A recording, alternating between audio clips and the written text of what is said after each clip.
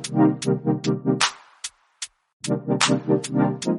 going on, everybody, and welcome to another episode of the Other Side of the Firewall podcast, where we talk about the latest and greatest in cybersecurity news, as well as we highlight those movers and shakers and glass ceiling breakers, those people of color who've made it to the other side of the proverbial firewall. My name is Ryan Williams, and as always, I'm joined by Shannon Tynes. What's up? What's up? And LeVon Maynard. What up? What is going on? So make sure you tune in throughout the week. Monday, we talked about a replay attack that's affecting Apple users in a specific use case with Visa cards. So definitely check that out. On Tuesday's episode, we talked about the FCC shoring up some loopholes when it comes to SIM swap attacks. There's a really good information in that one. Definitely check it out. And now today, excuse me, my voice is breaking up, so I'm trying not to talk too much.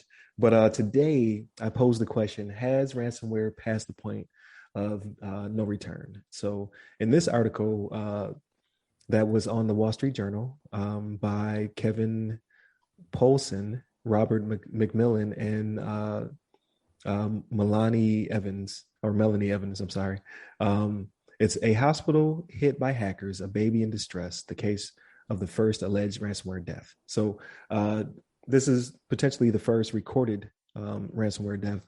I'm sure others have happened in the past due to second and third order effects, right? Unfortunately, in this case, it has to do with a baby. To quickly surmise it, because I don't want to take up too much time, and again, my voice is starting to fail. Excuse me. It states for nearly, I'm going through puberty right now, excuse me. For nearly 8 days, computers had been disabled on every floor. A real-time wireless tracker that could locate medical staff around the hospital was down. Years of patient health records were inaccessible. At the nurse's desk, in the labor and delivery unit, medical staff were cut off from the equipment that monitors fetal heart rates in the 12 delivery rooms. This directly impacted the birth of a baby who subsequently passed away 9 months later. If you read into the article, the umbilical cord was wrapped around the baby's neck, and they couldn't tell the baby was in distress, and the baby was born naturally, and obviously had complications due to the cord being around its neck for so long, cutting off oxygen. Had they not had this ransomware attack, obviously, they would have access to all the systems, and most unlikely, this would not have been a problem. The hospital and the doctor point fingers at one another, because the hospital was the one that were under attack. The doctors were briefed about the said attack, but again, they didn't have the tools and resources. To which the doctor said, had he had the resources, he probably would have delivered the baby cesarean to alleviate the distress. So the mom is suing because of the subsequent death of her child, and she was never made aware that there was a ransomware attack and that it was affecting their systems. So from her perspective, she had no clue. Maybe that would have changed things. Perhaps, not even maybe, it probably most likely would have changed things. So the article kind of tries to figure out who's at fault. Is it the doctor's fault for not disclosing this information and monitoring more effectively? Is it the hospital's fault for being the ones who were attacked? Obviously, their systems were not secure, and they were hit by this, and it lasted for 8 days. And the article doesn't go into great detail if they paid or what have you. They come up off backups. It's more focused on the situation with the mother and her child and the subsequent lawsuit. So the question is, has ransomware passed the point of no return? So I'll give it to you, Shannon. So I feel a few different things about this. So to say it's gone past the point of no return, yes, because a life was lost, right? I'll say yes, because you'll never get that back, right? That's just not going to happen. Now, to say that this is the first time this has happened, I don't know. This might be the first time it's been reported, but I find it hard to believe because in the article, they don't specifically attribute it to one group, but it is believed that it's the group Ryuk, R-Y-U-K. And they were known for going after hospitals, right? I think it mentioned in there they went after like 230 some odd hospitals from like 2018 to now or something like that. Hospitals, psychiatric units, things of that nature. So if they were doing this at this location and this happened, I find it hard to believe they hit 235 hospitals and there was not an issue where there was some type of death of a child or a patient that could have been ill anyway. You know what I mean? It's probably just one of those things that wasn't reported. But man, yes, we're past the point of no return. I don't think this is ever going to stop. Even with the fines, I know we say, go out there, give them. Well, you can't even say give them fines because these people are criminals anyway. They don't care about that, right? Maybe give them real jail time. Maybe that's something that'll make them think harder on it. But this situation was tragic, and it was tragic. It was tragic that it happened, and what's even more tragic is that nobody wants to take responsibility for it. So the hospital says the doctor should have been the one to notify this woman that was having the baby, right? The doctor was like, well, no, that's not my fault. I wasn't properly notified of the condition of the patient, which falls in the hospital, right? Like, you have this equipment and everything. But it's a little weird in that when they first came under attack, they went out and they consulted with their staff, their doctors and things like that. And they asked them, they were like, do you think we could still go forward and proceed business as usual? I hate to say business because it's a hospital, but hospitals are businesses nowadays. It's what they do. They're there to make money. And they said yes. They said they thought they could continue even without full access to everything that they need. I mean, they had systems that were shut down.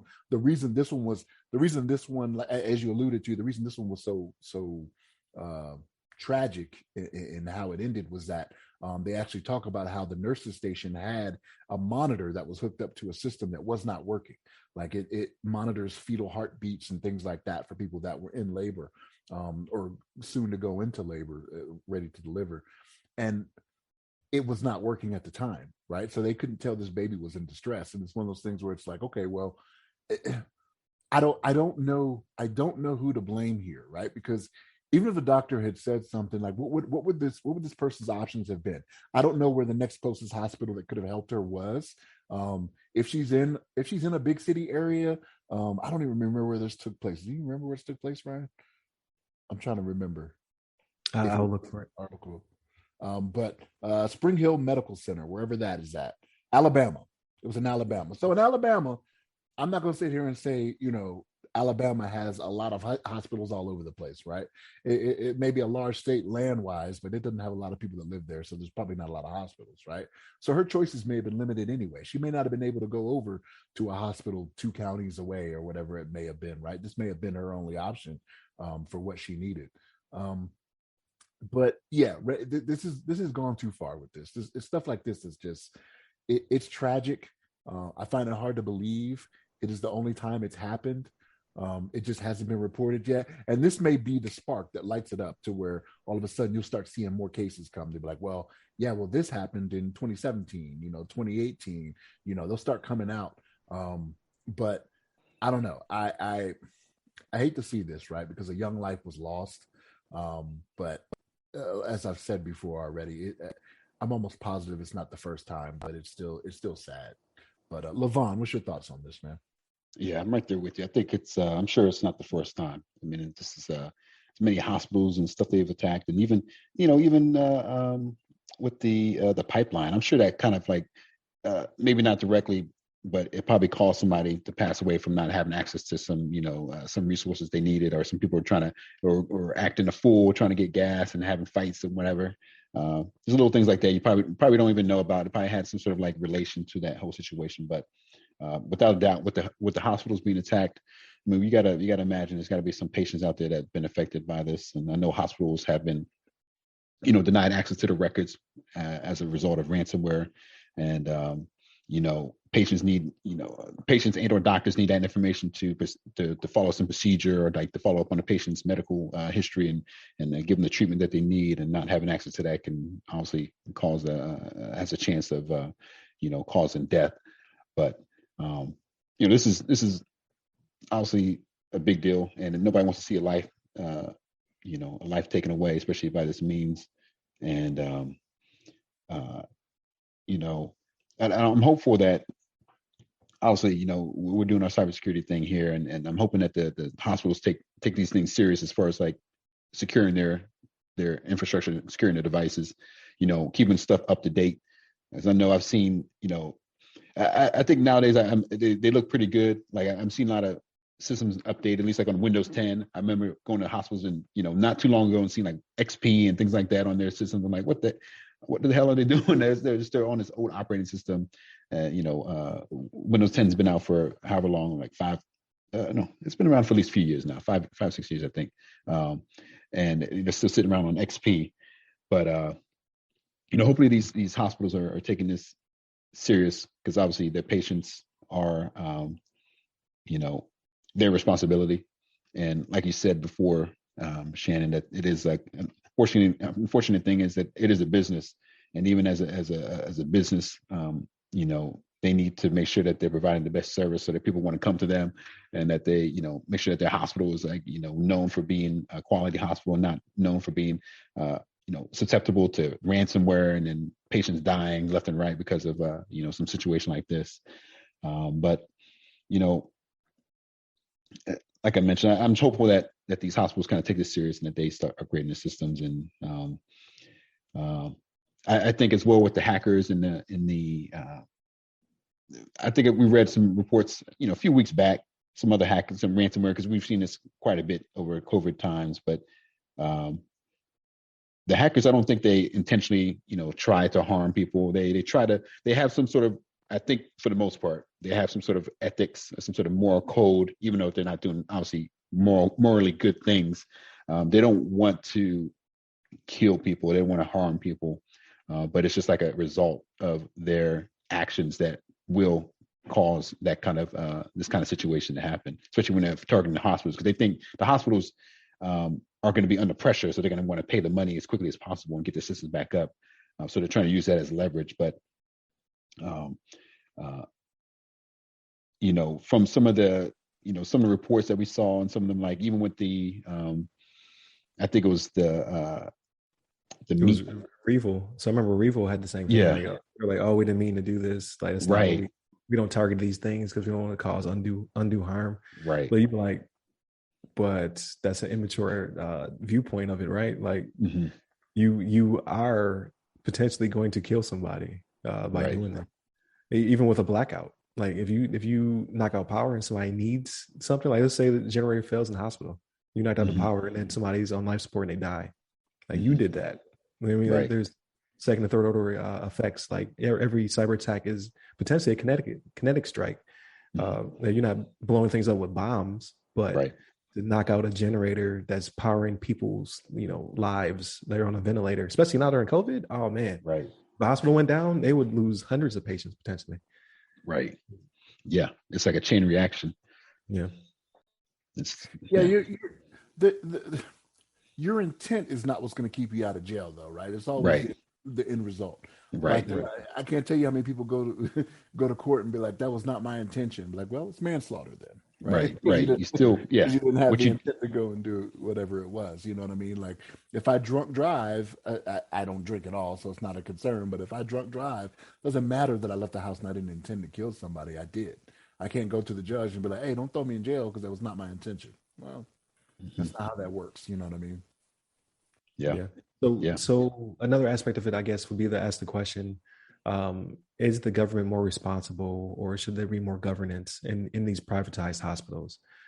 So, like, I was in a Clubhouse panel, and they had people from NHS talking about the same thing about ransomware, how they got hit with WannaCry, and how they've changed the way they do business, so it never happens again. I think they were on Windows 95 at the time when they got hit, something ridiculous like that. Yeah. And just how they had to age up their systems, as well as start to protect them more.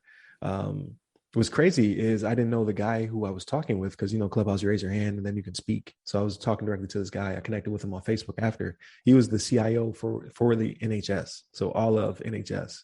He was their cyber guy, and he was just talking about how they've changed business.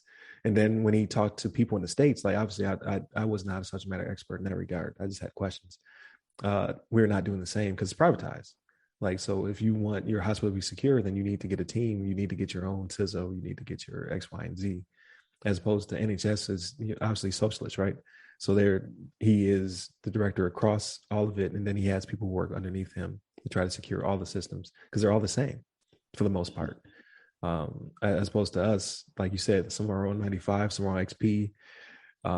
Some just don't have security teams. You know what I mean? Mm-hmm. Like, so this continuously get attacked. So is it for the government to step in, or do they just need to do patients just need to start suing? Like, how does that work? Yeah.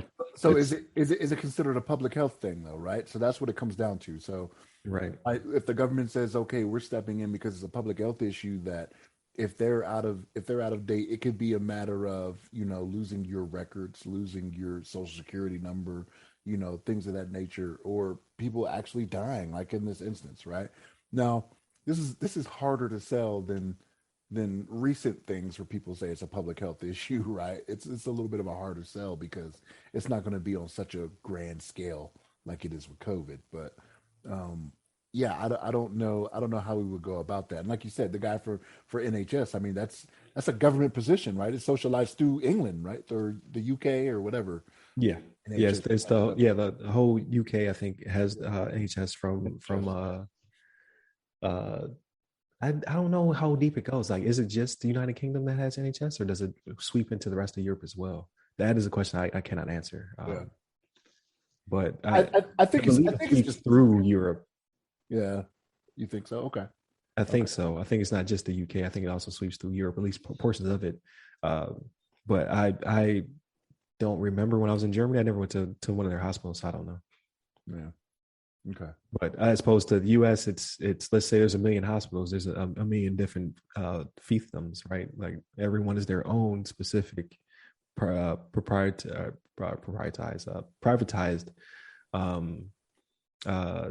enclave, right? So unless they own a bunch of hospitals, like, they're all separate. Yeah, unless they're within their own, in a wider network, they're all separate. I don't know of too many government-run hospitals aside from, like, on bases and things of that nature. I'm sure they exist, but for the most part, when you see a hospital, it's owned by somebody, or it has a board that is owned by of multiple people. Right. So they could be on 95, like, that's what's working for their record system or what have you, or they could have upgraded, but they don't have, like I said, they don't have like a CISO or a vCISO or something like that. But I honestly am concerned, not more so than before, because I knew this was going to happen. You know what I mean? Like, it's only a matter of time before this was going to kill somebody. But does this deter ransomware gangs? Like, oh, well, we don't want to kill people, or does it show, like, oh, okay, now there's skin in the game. Like, they know if we ransom long enough, somebody might die. So we need to go down on this. I honestly don't know. Mm-hmm. Yeah. And as you were kind of talking about before with the government, like its regulation, I mean, or, government stepping in, and you may be making some form of regulation, but I think it is important. I know a lot of people, many people may have views that, oh, we don't want the government and, encroaching on freedoms and all this kind of stuff. And, but, I think the main purpose of the government is to support the people and protect the people. And it's the same reason you have government regulation on, food products. You have regulation on housing. Contractors have certain regulation that they follow with building houses and make sure that they're safe and structurally safe, and water systems and all this kind of stuff. You can't just do everything, whatever you want. Regulation on car parts, building, putting together vehicles, everything like that. So it's like, I think there should be some sort of form of regulation on hospitals to make sure that their systems are up to a certain standard as far as security, physical security, as well as cyber security. Make sure that, obviously, we already have the information security that they must, maintain medical privacy and all that kind of stuff. And, I think that kind of falls right in line with, securing their assets and make sure that they don't get these ransomware hacks, or make sure that at least that they did everything in their power to prevent that ransomware attack from happening. Obviously, nothing's like 100% foolproof, but being able to at least, put your best foot forward and put the best effort forward to secure your systems and have everything in place to make sure that it's it's up to snuff, and that you have a disaster recovery plan in place in case the systems go down. You have something that's kind of a back end, you know, uh, uh, you know, a back end site or whatever you can connect to, or whatever you need to continue the operations. Hospitals already have backup, power supplies. I mean, they have generators, things like that in case of power outages. So the same thing should be in place for their information systems as well. Just got to make sure that they are prepared for any kind of attack, any kind of a situation that happens. So, yeah, I wholeheartedly agree. Hopefully, like Shannon said, she can't get her baby back, but hopefully by the time this is over, she owns that hospital. You know what I mean, right. Yeah, take that thing from them. Like whatever you can get, just to show, not just out of spite, but just to show that there's ramifications, right? If you're not securing your systems, you're not protecting your patients, like you potentially could lose everything because you didn't do your due diligence to keep everything safe. So right. We will see. We'll see what happens. Like a lot of our stories come back in some aspect or some regard. So I see this one resurfacing, and due to regulation of some sort, or due to her winning a windfall lawsuit, which again doesn't bring her child back, but it sets a tone. It makes a statement. Like there are repercussions for not doing what you're supposed to do, especially when it comes to patient safety and security. So, which goes hand in hand with cybersecurity nowadays. But yeah, this one was kind of more of a somber discussion. You know what I mean? Like most of our discussions don't lead to fatality. Thank God. But cyber is everywhere. Cyber has an influence and impact on everyday life, as you can see. So definitely need to stay focused. Keep doing. Keep progressing. Right. Like keep cybersecurity at the forefront, and make sure we're putting the right people, the right resources, the right money, and filling those slots, because there are huge shortages of cybersecurity professionals, especially in the medical field. Like, so I was looking at that not too long ago. Like they're in desperate need of cybersecurity professionals from the top down to work in hospitals. So there is that. But continue to tune in. So we talked about Monday, Tuesday, and Wednesday. So please tune in for Friday if you want to talk about everything else that's not cyber, where we should have some really good discussions as well. Hit up the website, www.theothersideofthefirewall.com, where you can get to all our social media stuff. And then you can hit me up personally. I'm at RyRy Security Guy. That's RYRY Security Guy. I am on Clubhouse, LinkedIn, Twitter, and TikTok. And you, LeVon? Hit me up on the Twitters at LeVon Maynard. There it is. Stay safe, stay secure. Take care.